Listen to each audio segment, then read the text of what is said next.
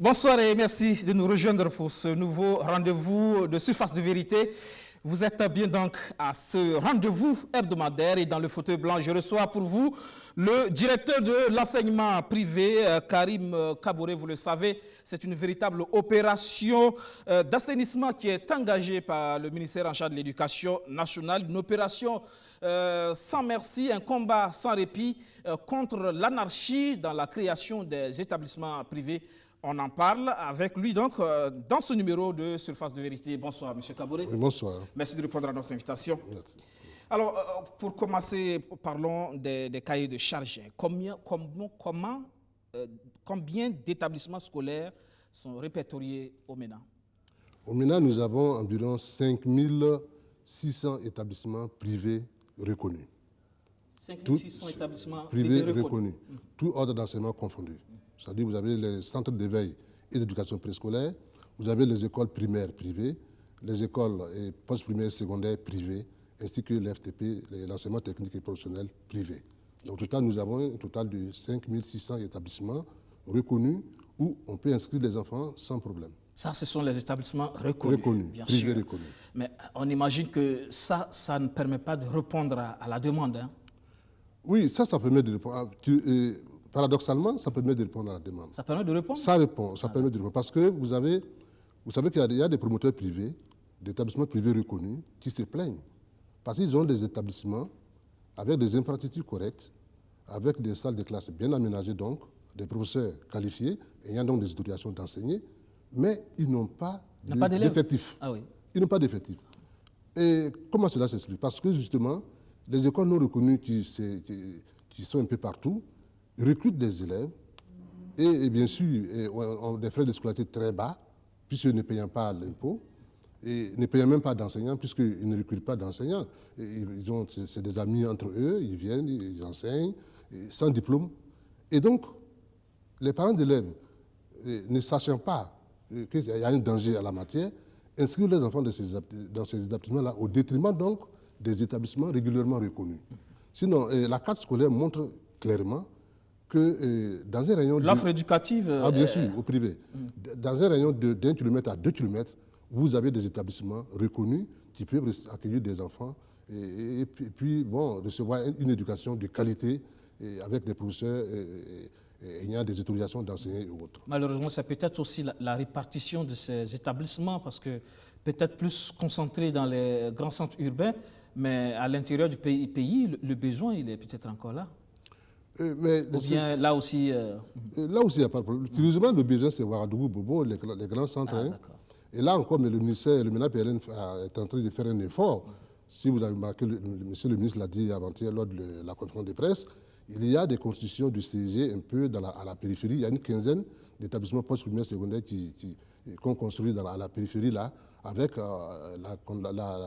l'appui de la coopération japonaise. Il y a ces établissements publics que l'État est en train de créer aux alentours des grands centres pour accueillir des enfants, pour soulager un peu les parents. Parce que le problème, il faut le dire également, la demande est forte.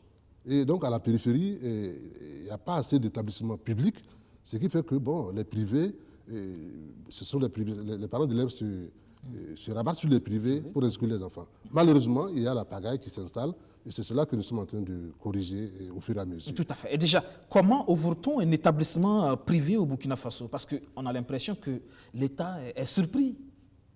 Oui, non, on n'est pas surpris en réalité. Il y a des cahiers de charges à tous les niveaux. Pour le préscolaire, les centres d'éveil d'éducation préscolaire, vous avez un cahier de charges. Les écoles primaires privées, vous avez un cahier de charges. Les établissements post-primaires secondaires, c'est-à-dire les collèges et les lycées, vous avez un cahier de charges. Alors, pour ouvrir un collège, un établissement, disons, il faut 2 étapes essentielles. D'abord, vous avez l'étape de la création. C'est l'autorisation de création. Vous êtes promoteur, vous voulez investir dans l'éducation pour accompagner l'État. Ça, c'est reconnu parce que la loi d'orientation, en son article 8, reconnaît l'existence de l'enseignement privé. Donc, c'est reconnu. Mais il y a la réglementation, notamment les cahiers de charges. Donc. Et donc, pour la création, vous venez et vous soumettez un dossier qui comprend un document du terrain avec les exigences des superficies. Pour prendre un exemple ici, pour une école primaire privée, dans la ville de Ouagadougou et de Bobo-Dioulasso, et les cahiers des charges disent 800 mètres carrés pour une école primaire. Un terrain de 800 mètres carrés. 800 mètres carrés. Pour les autres localités, c'est 1000 mètres carrés. Il faut dire que ces superficies ont été allégées, puisque initialement, c'était 1500 mètres carrés, peu importe la localité.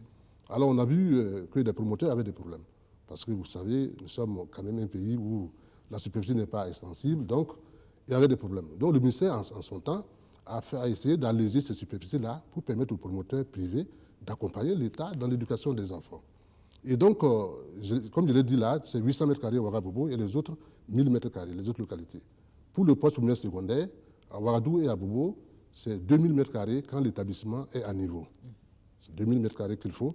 Quand l'établissement n'est pas à niveau, c'est 4000 mètres carrés qu'on demande. C'est-à-dire, voilà. Et voilà, c'est une indication. Donc, quand vous voulez construire et créer votre école, on exige dans le document du terrain qui montre que vous avez la superficie exigée. Ensuite, vous avez votre CNIB, une quittance de paiement, et ainsi de suite. Le terrain n'est pas obligé de vous appartenir. Le terrain n'est pas obligé de vous appartenir. Vous pouvez louer, faire un contrat de bail. Ça, c'est généralement des bâtiments qui sont déjà construits. Et quand vous partez pour faire le contrat de bail, on vient regarder pour voir si est-ce que la superficie correspond à nos cahiers de charges. J'ai dit ça parce que récemment, on a eu ce cas de figure, on a été faire un reportage où un établissement avait loué un local. Et entre-temps, le bailleur, visiblement, a augmenté les frais de location. Oui. Et donc, l'autre qui ne semblait pas en mesure de payer a été sommé de déguerpir parce qu'il y avait un autre promoteur qui devait venir. Oui. Et effectivement, donc, le promoteur peut louer des locaux et pour en faire une école. Ça, c'est permis dans les cahiers de charges, c'est permis. Et en ce moment, il faut que le contrat de bail soit enregistré pour éviter des désagréments, comme vous le signalez tout à l'heure.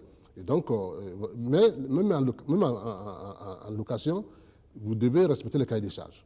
C'est-à-dire que le local que vous avez loué doit pouvoir avoir 800 mètres carrés quand c'est une école primaire privée à Ouaga et Bobo, et 1000 mètres quand c'est dans les autres localités.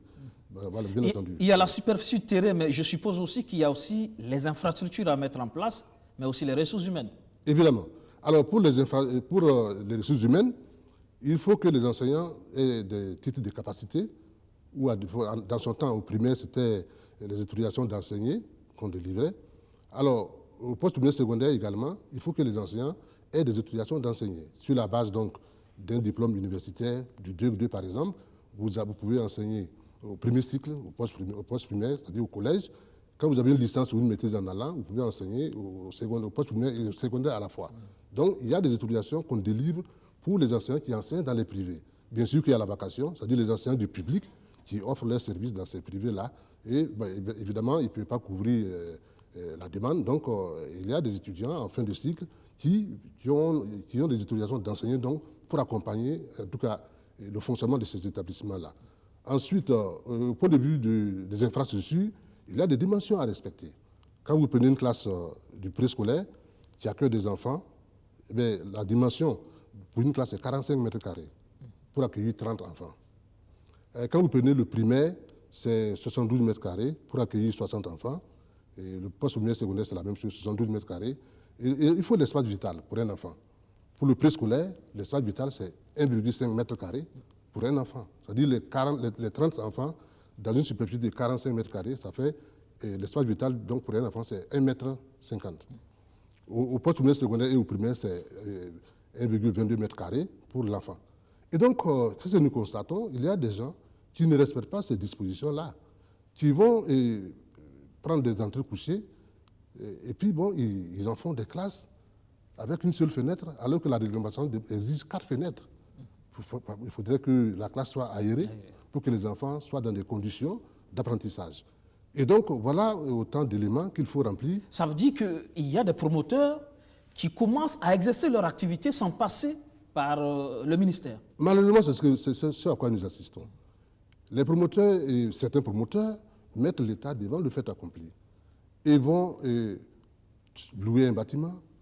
Moi, j'ai vu le cas d'un promoteur qui est venu dans mon bureau parce qu'il a loué un bâtiment, il a bâti, il a fait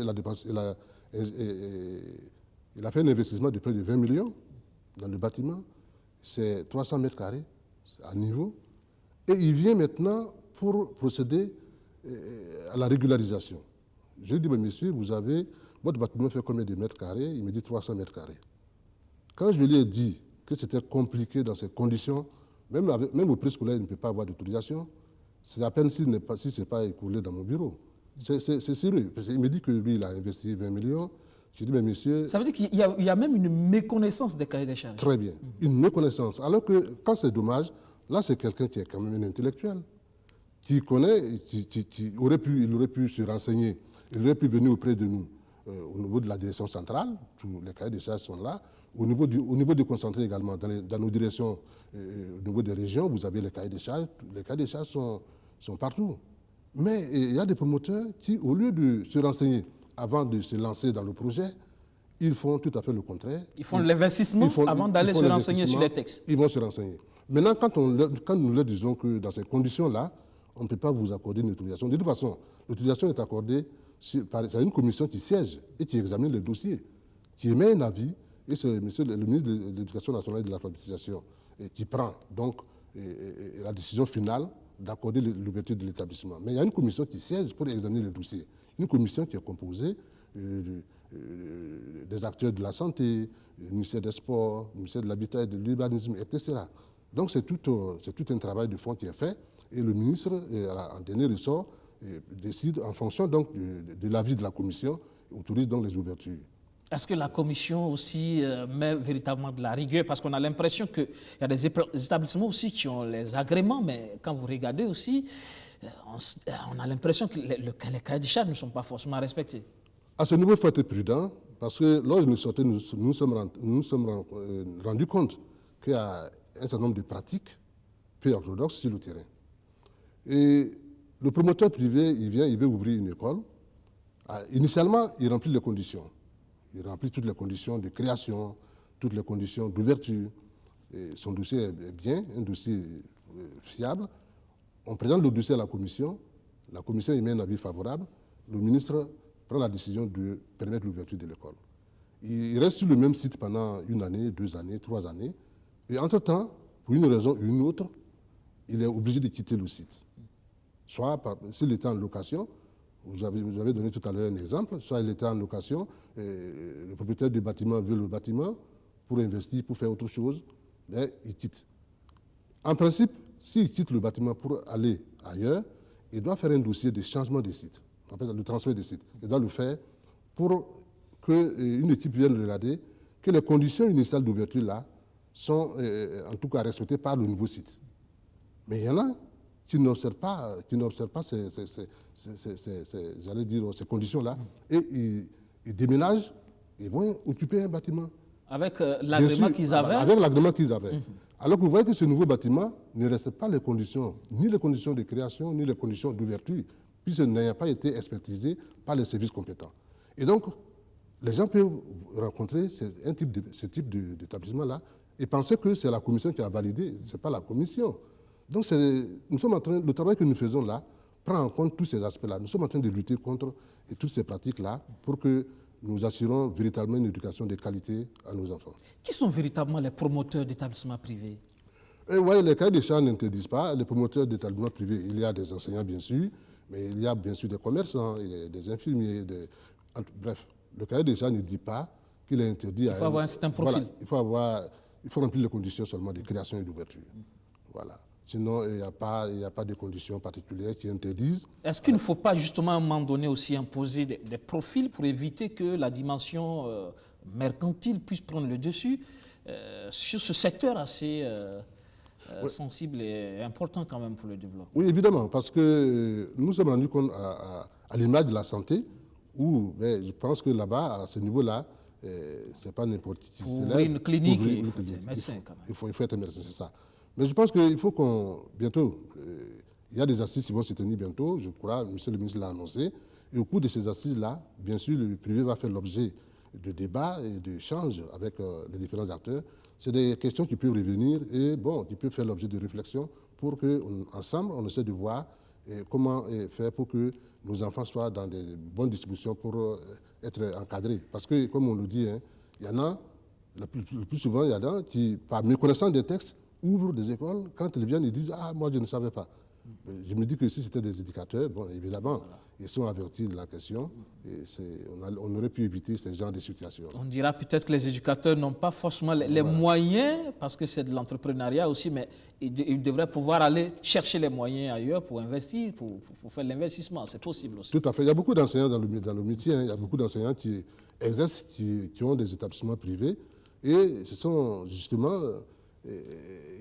ces catégories de gens-là, des personnes-là, respectent justement la réglementation et ils offrent un enseignement de qualité parce qu'eux-mêmes étant du milieu, ils exercent, ils font de bons recrutements et ils font de très bons résultats. Et ça, c'est des choses que nous encourageons à notre niveau.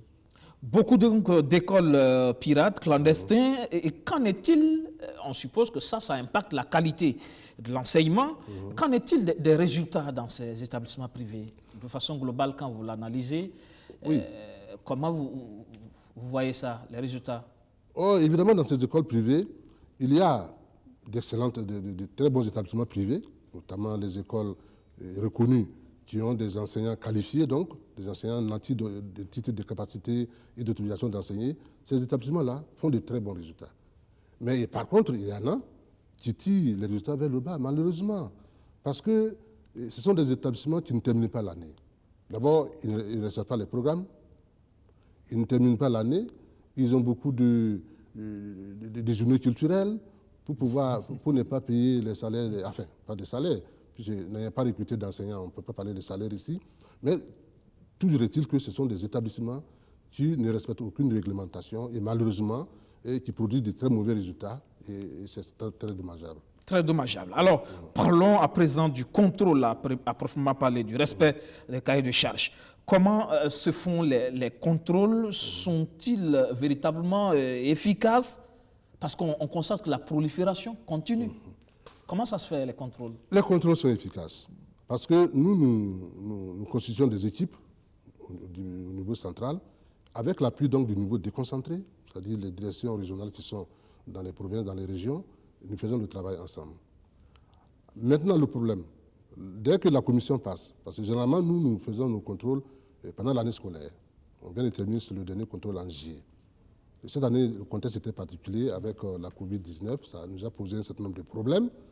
Maintenant, après le départ donc, des contrôleurs, des missionnaires, les promoteurs, dans le mois de septembre, commencent à s'installer. Des promoteurs indélicats. Ils viennent s'installer en septembre et ils procèdent à des recrutements. Vous voyez que le contrôle est déjà passé. Le contrôle on a fait le contrôle déjà. Ils viennent en septembre, ils ouvrent des semblants de salles de classe, ils prennent des entrées couchées qu'ils transforment en salles de classe, etc. et ils s'installent.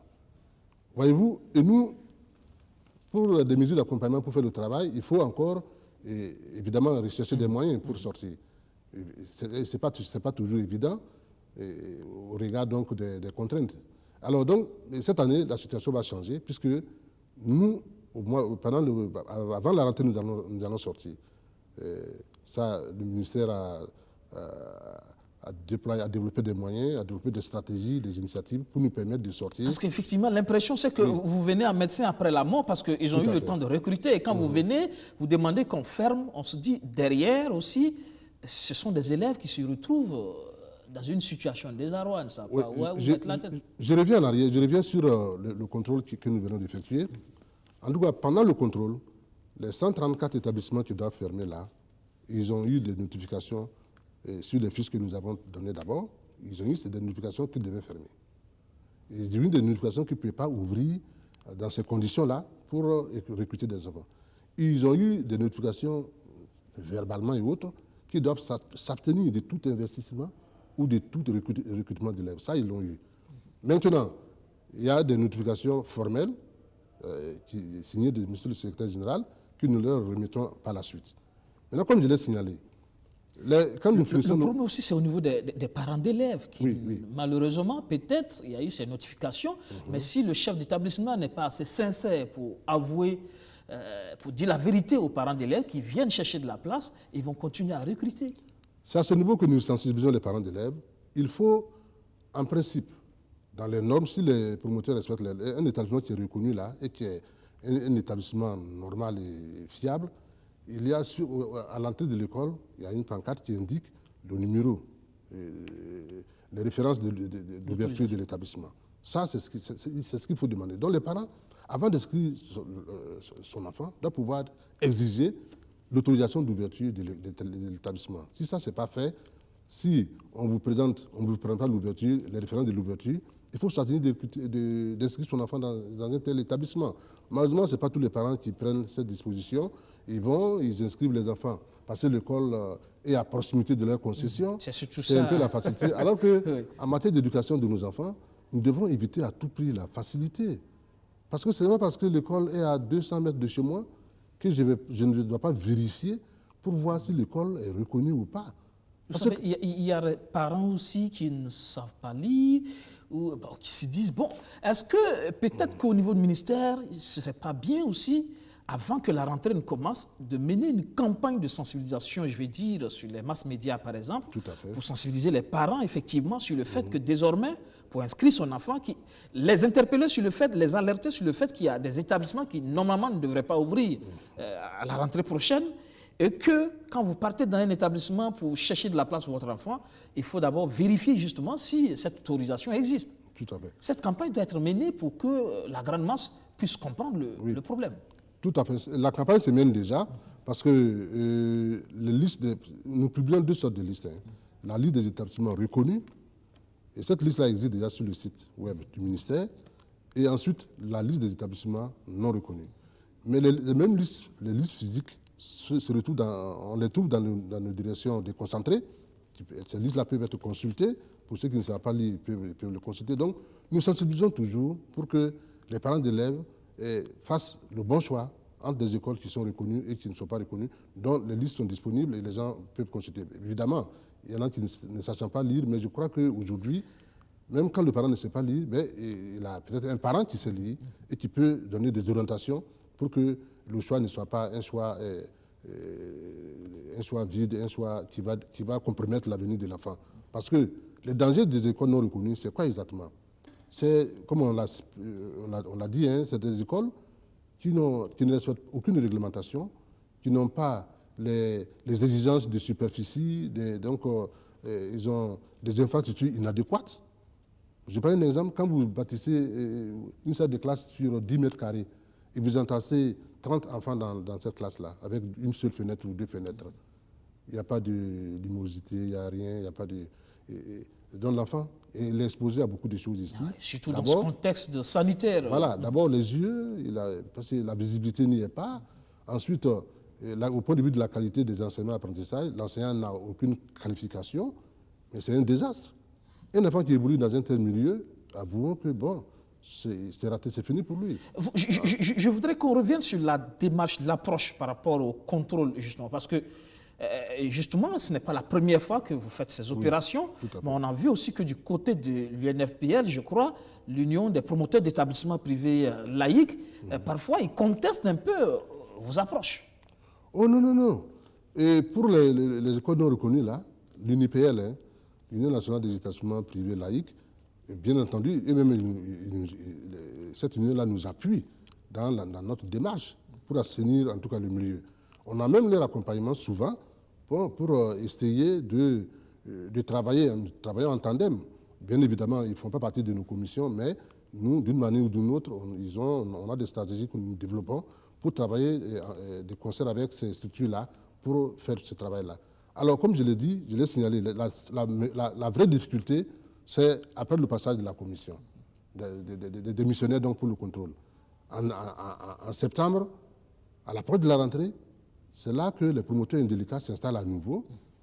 Et même quand vous les identifiez, il y en a qui se déplacent. Ils vont dans un autre quartier ou secteur pour aller s'installer tout bonnement et tromper la vigilance des parents d'élèves. Donc c'est vraiment un combat de longue haleine que nous sommes en train de mener, dont tous les acteurs sont interpellés. Dans l'éternel recommencement, c'est-à-dire malgré vos efforts, le phénomène oui, mais continue. je pense, oui, mais nous sommes soulagés parce que si vous prenez l'exemple de 2018-2019, nous avions 315 établissements à fermer. Mais cette année, nous sommes retombés, nous sommes à 134 établissements à fermer. Donc ça veut dire que les efforts sont en train d'avoir des résultats. Nous allons continuer.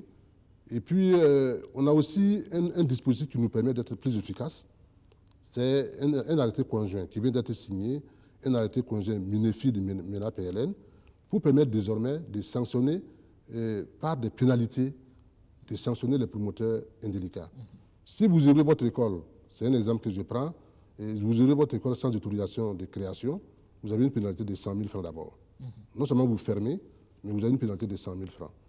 Si vous avez, même les écoles reconnues, hein, votre école est reconnue, vous recrutez un enseignant qui n'a pas la qualification requise, vous avez des pénalités. Si vous avez transféré votre établissement d'un site à un autre site sans l'autorisation initiale, là, vous avez des pénalités. Donc, vous voyez, cet outil-là va nous permettre d'être plus efficace sur le terrain parce que... Les enseignants aussi qui ne payent pas, les fondateurs aussi qui ne payent pas les enseignants vacataires. Bien évidemment, bien évidemment. Vous voyez, parlant des enseignants qui ne payent pas, quand l'établissement est reconnu, on évite tous ces désagréments-là. Parce que l'établissement reconnu doit présenter un budget équilibré en dépenses et en recettes.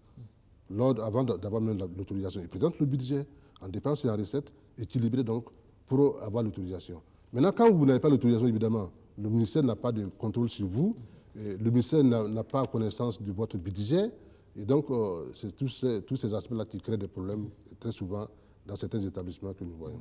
Est-ce qu'aujourd'hui, on peut dire que vous avez les moyens pour effectivement assurer permanemment ces contrôles? Est-ce que vous avez les moyens financiers, mais aussi les ressources humaines? Oui, nous avons les ressources humaines pour le faire. Et depuis 3 années, si on a fait le constat, c'est depuis 2017-2018 que le contrôle a véritablement commencé. Sinon, et ça, il faut le dire, hein, à un moment donné, on avait baissé les bras, ça, il faut le dire. C'est à partir de 2017-2018 que nous avons commencé avec l'accompagnement de la hiérarchie. Nous avons commencé véritablement le contrôle. Nous sommes en réalité à notre 3e année où nous sommes véritablement sur le terrain. Et comme je l'ai dit, les résultats le travail commence à payer parce que on développe plus d'initiatives et on a l'accompagnement du ministère. Ça, il faut le signaler. Je viens de dire qu'en septembre, nous allons sortir. C'est la première fois que nous pourrons sortir 2 fois dans l'année. Donc en septembre, vous voyez que le septembre, c'est la rentrée. Nous comptons, bon, je ne vais pas développer les stratégies ici, mais on va sortir en septembre-octobre pour marquer à la culotte ces promoteurs. Éviter que de nouveaux établissements secrets. Très bien, pour éviter que de nouveaux établissements secrets. Parce que si nous sortons en septembre-octobre, on peut, j'allais dire, contrecarrer ces gens-là. Parce que si on laisse en novembre, ils vont recruter, ils vont prendre l'argent des enfants, des parents d'élèves. Et donc, il va se poser un certain nombre de problèmes, notamment un problème de remboursement. Parce qu'on ne peut pas laisser les enfants dans ces conditions-là. Si on identifie une école qui n'est pas reconnue et qui présente des dangers graves pour l'avenir des enfants, mais écoutez, entre l'investissement que vous avez produit là-bas et l'avenir des enfants, nous allons choisir l'avenir des enfants et nous allons vous interpeller pour que vous fermiez ce semblant d'école-là. Moi, je l'appelle, c'est des boutiques souvent. Bon, c'est un peu compliqué. Oui. D'accord. 134 établissements scolaires donc à fermer pour la rentrée qui s'annonce. Qu'en est-il des écoles à fermer l'année dernière? Êtes-vous passé à l'acte véritablement? Oui, et l'année dernière, il y avait 315 établissements qui devaient fermer. Parmi ces 315-là, beaucoup avaient fermé déjà. Et parmi ces 315, il y en a qui ont régularisé leur situation en réalité. Bon, je n'ai pas le chiffre exact devant moi, mais il y en a qui ont beaucoup régularisé leur situation. Il y en a qui avaient des problèmes de superficie et qui ont délocalisé, qui sont partis dans d'autres, qui ont occupé d'autres superficies, ils sont allés dans d'autres quartiers donc, pour occuper des superficies répondant aux normes requises par les cahiers des charges. Par contre, il y en a qui ont été obligés de fermer. Donc ces établissements font partie donc, des 134 établissements à fermer. C'est-à-dire que c'est des établissements de l'an passé. Il y en a qui sont restés, qui ont fait la sourde oreille, mais qui ont eu des problèmes et nous les avons comptabilisés, nous avons fait le contrôle et ces établissements font partie. Il y en a qui font partie des 134. Mais il y en a, comme je l'ai dit, il y en a qui ont régularisé. Il y a aussi de nouvelles créations. Si, il y a aussi de nouvelles. 134. Oui, il y a aussi de nouvelles situations que nous avons constatées sur le terrain et nous avons pris tous ces beaux mondes là ensemble pour leur dire, écoutez, quand il s'agit de l'avenir des enfants, on ne doit pas jouer ici. il faut voir ailleurs donc. Apparemment, il y a de l'argent à faire dans cette affaire, du business, dans ce secteur de l'éducation. Bon, c'est vrai, moi-même n'étant pas promoteur d'établissement privé, mais je connais des promoteurs quand même qui s'en sortent. Même s'il y en a qui prétendent, qui disent effectivement que c'est du social, parce que quand vous investissez 20 millions, bon, un commerçant qui va avec 20 millions à Dubaï, bon, peut-être que la rentabilité. Mais maintenant qui sont venus vraiment pour accompagner l'État. Il y en a qui ont la vocation, il y en a qui sont venus parce que ils veulent, sachant que le ministère à lui tout seul ne peut pas scolariser tous les enfants, ils sont venus offrir en tout cas leur service. Et on sent ça avec un certain nombre de promoteurs qui, bon, au-delà de l'aspect financier, ils ont en tout cas la volonté d'accompagner véritablement l'État pour que nous éduquions ensemble les enfants de ce pays-là. Ça, on le sent avec d'autres. Par contre, il y a d'autres, bon, on sent véritablement que c'est de l'argent et ils sont venus pour chercher. J'en ai pour preuve, peut-être que vous allez me donner l'occasion d'aborder cet aspect, les élèves que l'État affecte dans les privés. Tout à fait, on en arrive justement. Voilà. Donc il y a les véreux, mais il y a, comme vous l'avez dit, il y en a qui viennent sérieusement pour aider l'État dans le cadre de l'offre éducative. Alors on se dit, est-ce qu'on ne pouvait pas procéder autrement qu'à la fermeture de toutes ces écoles, quoi qu'on dise, qui aident aussi l'État dans ce sens-là, en matière d'offres éducatives? Est-ce que c'est la solution, la fermeture? Parce que derrière, comme je le disais tout à l'heure, ce sont des emplois et des élèves qui sont sacrifiés. Oui, je comprends votre souci, mais le ministère fait suffisamment d'efforts déjà. Et quand on parle de 134 établissements à fermer, n'oublions pas qu'il y a à côté 392 établissements que l'État accompagne. Ça, ne l'oublions pas. L'État a accompagné des 392 392 cette année. Cette année, des privés. Les privés. Il y a 392 établissements qui n'ont pas l'autorisation d'ouverture. Il y en a qui ont des autorisations de création. La commission a regardé, la commission a vu que ce sont des établissements qui disposent d'infrastructures correctes.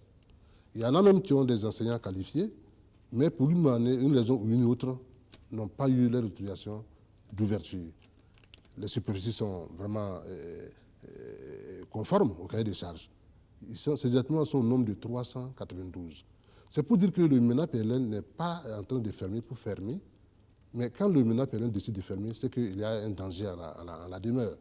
Et donc, l'accompagnement pour ces 392-là, nous avons 2 sessions dans l'année pour saisir, pour valider les dossiers. Donc, ces 392 établissements doivent mettre à profit les 2 sessions dans l'année pour valider les dossiers, pour être en règle vis-à-vis de l'administration. Et donc, vous parlez tout à l'heure de milliers d'élèves qui sont mis à la rue et d'emplois. Pour des enseignants. Mais ces enseignants, ces écoles, ces 134 écoles-là, ne recrutaient pas d'enseignants. Ah bon? Eh bien, ils ne payent pas de salaire. C'est les établissements reconnus, ce sont ces établissements-là qui payent les enseignants, qui payent des impôts. Parce que c'est eux qui créent les emplois. Mais les écoles non reconnues, je suis désolé, ne créent pas d'emplois. Mais ils détruisent l'avenir même des enfants et de ces ensembles d'enseignants qui sont là-bas. Au lieu de continuer à apprendre, à aller à l'école ou autre là, on a vu des cas où des enfants de terminale qui ont quitté l'école il y a longtemps, ils ont fait la terminale D, ils enseignent les mathématiques, SVT, ils ont fait la terminale A, ils enseignent le français. Vous voyez? Est-ce que mais ils n'ont pas de salaire, ces gens-là. On leur donne, bon, ben, écoutez, il n'y a pas d'emploi perdu ici. Nous n'avons pas touché aux emplois de quelqu'un. Ceux qui ont des emplois sûrs là, parce que dans le cahier des charges, quand vous ouvrez votre établissement post-primaire secondaire, la première année, vous devez recruter 30% de permanents. 30%. Et au bout de 4 années, vous devrez avoir vos enseignants là, vous devez disposer de 50% d'enseignants permanents. Donc quand vous recrutez un enseignant permanent, ça veut dire qu'il est déclaré à la caisse, vous payez régulièrement ses salaires. C'est ça, c'est ce que nous appelons, c'est ça qu'il faut appeler les emplois. Mais les écoles non reconnues, je suis désolé, ce ne sont pas des emplois. Vous payez 10 000 francs à quelqu'un pour 3 mois. Et puis, vous voyez, ce sont des structures pirates comme ça qui recrutent les enfants des gens et qui prennent leurs amis, leurs cousins pour venir enseigner. Moyennant 10 000, au bout de 3 mois. Hein. On nous a signalé un cas, et c'est dangereux, un cas, et ce n'est même pas un Burkinabé, un étranger qui est venu en début d'année, il s'est installé dans un quartier, il s'est fait beaucoup d'argent et il a disparu. Entre-temps, on le cherche, on ne le trouve pas. Il est parti. Ça veut dire quoi? Il a créé une école? L'établissement n'est pas reconnu. C'est un établissement non reconnu et il est parti s'asseoir, il a occupé un bâtiment, il a recruté des enfants et des enseignants qui étaient là, sans salaire bien sûr, hein, c'est pas les salaires, ça c'est... Il a encaissé les frais Il a encaissé les frais de scolarité. scolarité, il a payé peut-être 2 ou 3 mois de salaire aux enseignants et il a disparu. Entre-temps, il était introuvable. Quand on a regardé, l'établissement n'est pas reconnu. Bref, le phénomène est vraiment, c'est un phénomène un peu grave. Quand même. C'est vraiment inquiétant. Et comme je l'ai dit, je vais paraphraser un sage chinois qui a dit à son empereur là, quand vous voulez détruire un pays, inutile de lui faire la guerre. Il faut simplement détruire son système éducatif. Tout est foutu. Oui. Ce que ces écoles primaires là sont en train de fabriquer pour notre société, mais j'avoue que c'est très grave. C'est pour cela, il ne faut pas avoir de pitié pour... Pas de pitié. Comme je l'ai dit, dans mon bureau, il est venu, il a fait un investissement de 20 millions sur un bâtiment de 300 mètres carrés à niveau. Je lui ai dit, nous n'avons aucune solution pour vous. D'abord, les dossiers même vont en commission. Et vous, au lieu de venir vous renseigner avant de commencer votre investissement, vous êtes parti investir. Et puis ce qui est dommage, c'est qu'un intellectuel quand même. Voyez-vous. Mais nous, devant les investissements de ces gens-là, qui sont partis investir sans prendre les précautions, en toute violation des règles, là, nous n'avons aucune pitié pour ces gens-là.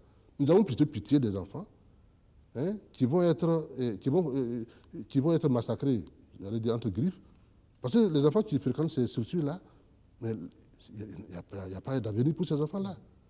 Et c'est ça. Mais ce n'est pas ce que nous voulons pour nos enfants. Nous voulons mieux que ça. Les établissements reconnus sont là. J'ai dit que nous avons 5600 établissements reconnus, privés reconnus, je vous dis, sur toute l'étendue du territoire. À Ouagadougou, tout seul, on n'avait pas moins de 1000 écoles primaires privées reconnues. Dans la ville de Ouagadougou. Il y en a un peu partout. Et comme je l'ai signalé, ces structures privées non reconnues font de la concurrence déloyale aux structures qui sont reconnues et qui paient régulièrement des salaires, qui paient des impôts. Et ces promoteurs d'établissements privés reconnus là se plaignent justement. Et ils disent, écoutez, nous sommes les gens, les structures non reconnues sont en train de nous asphyxier. Et ce qui est dommage, les parents ne sachant pas les dangers que courent leurs enfants dans ces structures-là, et comme vous l'avez signalé, il y en a qui ne savent pas lire, peut-être. C'est pour cela que nous allons intensifier la sensibilisation pour que les parents sachent que inscrire son enfant dans un établissement non reconnu, là, on court vraiment un danger. Tout à fait. Alors, 392 établissements que vous avez accompagnés, vous l'avez dit, par rapport au processus de régularisation, tout à fait.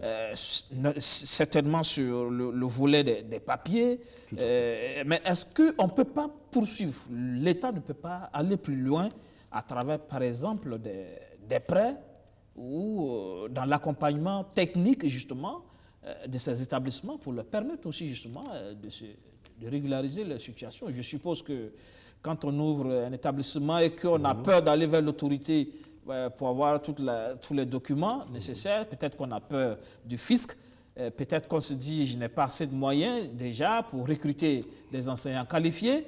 Est-ce qu'il ne peut pas avoir aussi une approche à ce niveau de prêt, de financement, de sorte à ce que tout le monde ait justement le courage d'aller vers l'État pour avoir une situation régulière quand on sait qu'on bénéficie d'un prêt, mais après, derrière, c'est l'État aussi qui met le mécanisme en place pour faire en sorte que ces prêts soient remboursés avec l'assistance technique qu'il faut. Ce que vous dites là, la pratique est là aujourd'hui, mais c'est plutôt l'inverse. L'État subventionne. Il y a les structures fêtières dans notre système éducatif. Nous en avons 4 grandes structures. Vous avez l'UNIPL, que vous venez de citer, l'Union nationale des établissements privés laïques. Vous avez la FIB, la Fédération des associations islamiques du Burkina, vous voyez. Et puis ça, c'est les musulmans. Vous avez le SNEC, voilà, le Secrétariat national de l'enseignement catholique. Et vous avez la FEME, la Fédération des églises et missions évangéliques. Voilà les 4 grandes structures avec lesquelles l'État travaille déjà. Et l'État subventionne ces structures-là. Mais c'est des structures fêtières dont les membres sont des promoteurs privés, reconnus, régulièrement reconnus. J'ai pas un exemple, 2 ou 3 exemples. La FIB reçoit 400 millions de l'État chaque année. Et ces 400 millions c'est pour leur permettre c'est un appui pour le paiement des salaires des enseignants qui officient dans les écoles franco-arabes. Pour la FEME, c'est exactement la même chose, 400 millions que l'État subventionne la FEME. Pour l'UNIPL, c'est 250 millions, chaque année, ils ont une subvention de 250 millions. Donc ça, ce sont des établissements reconnus à qui l'État apporte une subvention. Et ce sont justement ces subventions-là qui font que les frais de scolarité, peut-être que nous allons en parler, qui fait que les frais de scolarité baissent un temps soit peu. Parce que, n'eût été ces subventions, les frais de scolarité seraient en tout cas un peu plus élevés comme on le constate actuellement. D'accord. Donc, l'accompagnement de l'État, il existe, mais c'est en direction des établissements régulièrement reconnus et organisés en fêtière. Mais ça, c'est sous forme de subvention. Sous forme de subvention. Mais on peut aller pour effectivement aller vers des entreprises aussi. Est-ce qu'il ne faut pas aller aussi vers le système de prêt? Vous dites? Est-ce qu'il ne faut pas aller aussi vers des systèmes de prêt à ces établissements plutôt que de la subvention? Oui, le système de prêt, ça c'est... Ou alors vous les laissez directement aux banques parce que là oui, aussi, aux banques. Ça, il faut peut-être qu'avec les banques, c'est un peu... parce qu'on a tenté l'expérience avec l'éducation 21, mais ça c'est la Banque mondiale qui a financé le projet. Et il y avait des établissements qu'on a construits, on a mis en location vente. Voilà, mais j'avoue que ça n'a pas... Je pense que le projet est en train de sombrer parce qu'il y a des promoteurs qui n'ont pas joué un franc jeu et donc l'expérience n'a pas été très concluante. Donc, comme je l'ai dit là, cette subvention, pour le moment, c'est en direction des établissements reconnus, à qui l'État, en tout cas, injecte beaucoup de sous. Vous le voyez. En dehors même de cette subvention, vous savez que l'État affecte des élèves dans ces établissements privés reconnus. Pour chaque élève, l'État paye de l'argent. Pour le premier cycle, par exemple, l'État donne 50 000 francs par élève. Maintenant, lorsque la scolarité fait 80 000 francs, c'est le parent qui supporte la différence. Voilà. Au jour d'aujourd'hui, en 2019-2020, nous avons plus de 90 000 élèves dans cette situation. Dans les établissements conventionnés? Dans les établissements conventionnés, privés 90 000 élèves. 90 000 élèves.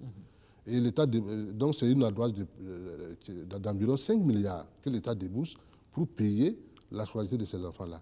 Ça, cet appui-là, ça c'est au-delà de la subvention. Je viens de mentionner la subvention que l'État octroie à ces fêtières-là. C'est au-delà de cette subvention-là. Et il se trouve qu'à ce niveau, justement, il y a des problèmes également par rapport à ces élèves que vous affectez dans les établissements privés. Et là encore, il y a des problèmes. Et ça, c'était très sérieux pendant un certain nombre d'années.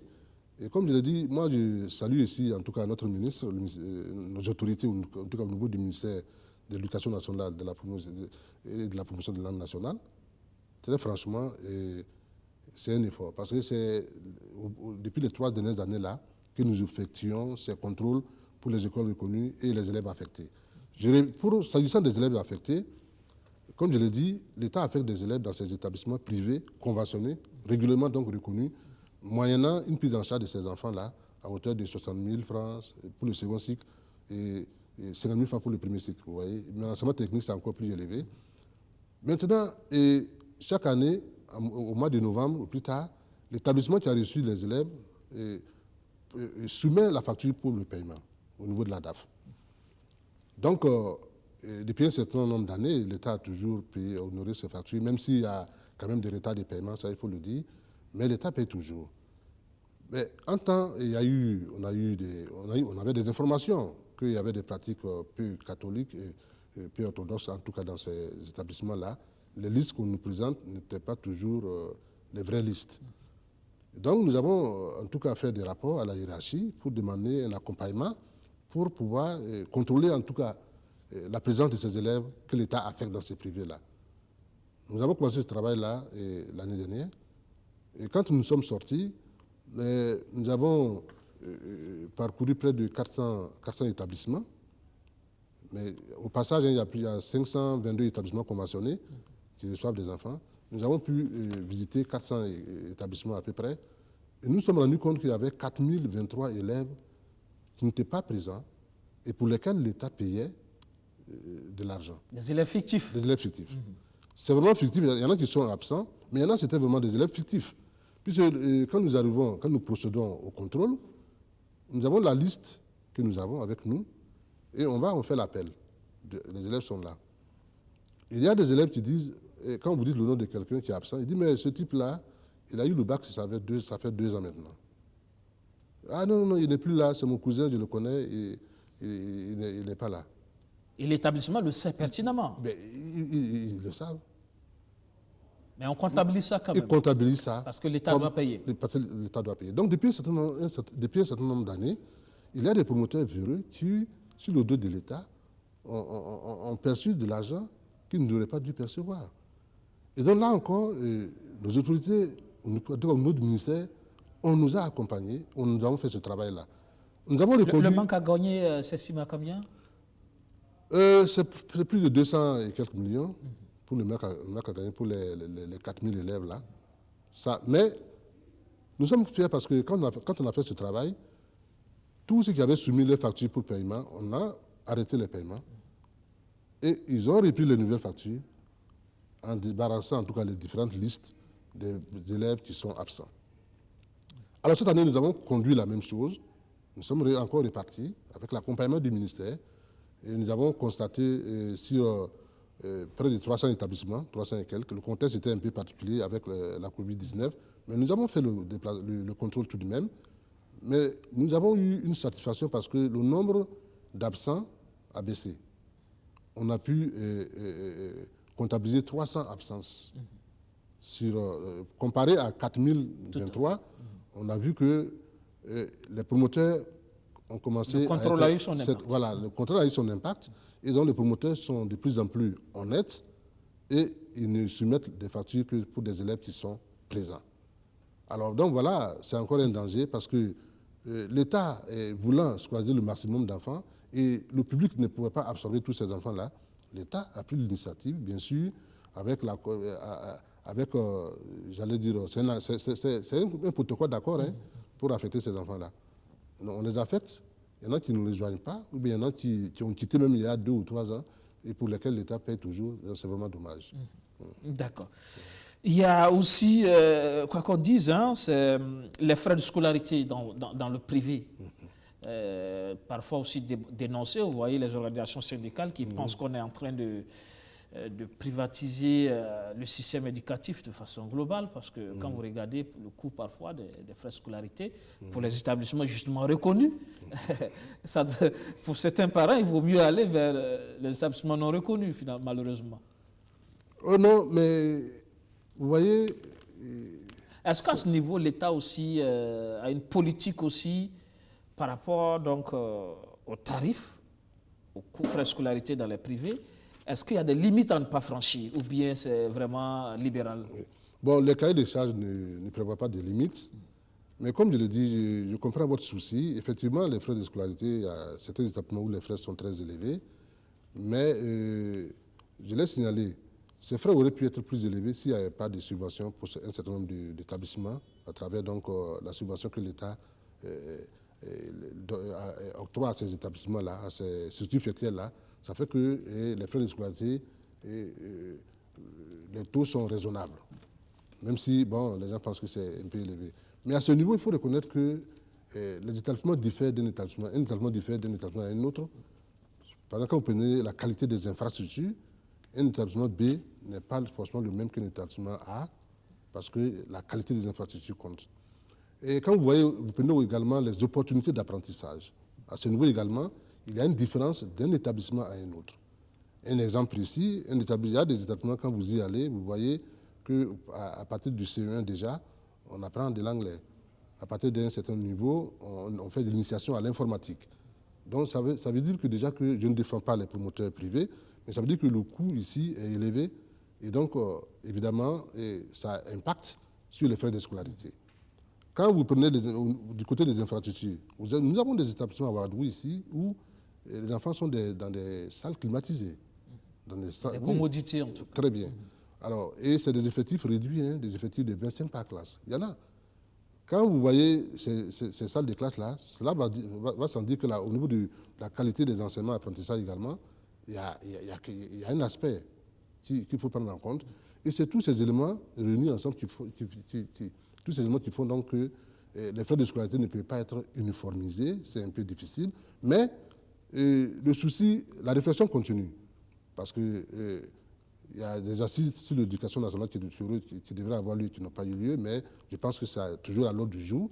Et pendant ces assises-là, c'est des questions qui vont sûrement revenir et qui vont faire l'objet de débats et d'échanges pour que tous les acteurs réfléchissent sur la question, pour voir qu'est-ce qu'il faut faire. Parce que quand je prends des exemples, après la Révolution, dans les années, sous la Révolution, vous savez qu'on avait uniformisé les frais de scolarité. On avait uniformisé à 45 000, je crois, pour le poste primaire secondaire. Et j'avoue qu'il y a beaucoup d'établissements qui avaient fermé, parce qu'ils ne pouvaient pas supporter les coûts. Les frais de fonctionnement. Les frais de fonctionnement en termes de paiement des salaires ou autres. Il y a beaucoup d'établissements qui avaient fermé. Si on a remarqué ça, c'est quand on est revenu sur cette décision-là que les privés, parce qu'il y en a les privés ne s'installaient plus parce qu'ils ne pouvaient pas supporter.